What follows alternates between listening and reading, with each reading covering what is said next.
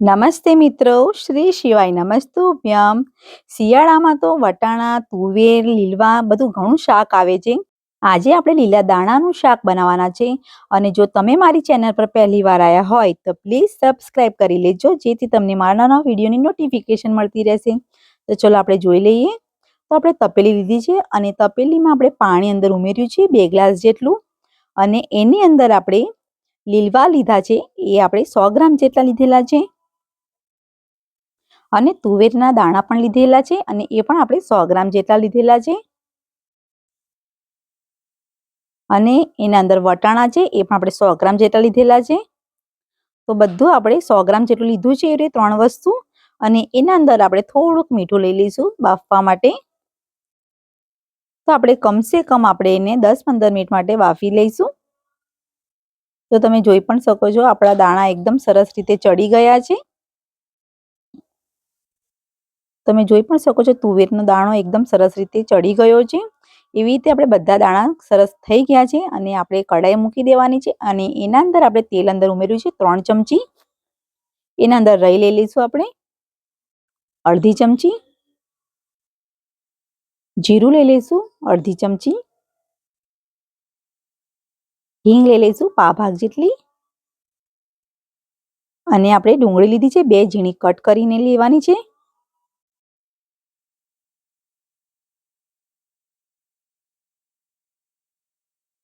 અને મીઠું લઈ લઈશું થોડુંક આપણે. અને બધું મિક્સ કરી લેવાનું છે આવી રીતે આપણે કમ્પ્લીટ રીતે. અને ડુંગળી ગુલાબી થાય ત્યાં સુધી આપણે થોડી કરીશું.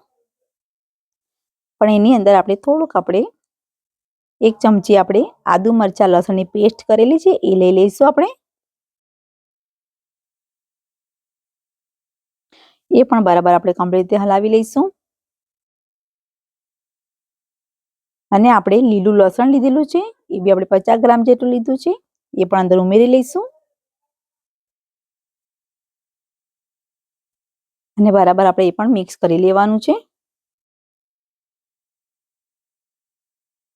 તો આપણે આવી રીતે બરાબર એને કમ્પ્લીટ રીતે બધું મિક્સ કરી લીધું છે. અને એકદમ સરસ રીતે બધું ચડી પણ ગયું છે. તો એની અંદર આપણે 1 ચમચી લાલ મરચું લીધેલું છે.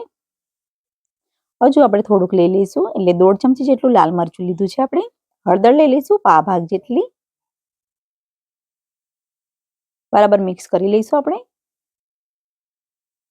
અને એની અંદર આપણે ટામેટા લીધેલા છે, અને ટામેટા 2 નંગ લીધેલા છે આપણે, ઝીણા કટ કરેલા છે.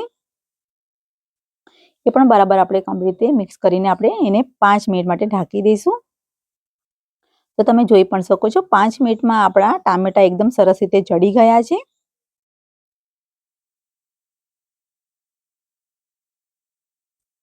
અને એની અંદર જે આપણે બાફેલા વટાણા, તુવેર અને લીલવા હતા, એ આપણે અંદર ઉમેરી લઈશું બધા. અને બધું મિક્સ કરી લેવાનું છે આપણે.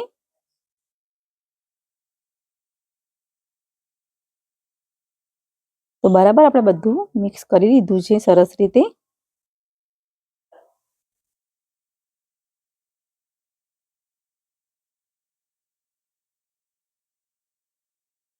તો હવે આપણે એને નીચે ઉતારી લઈશું.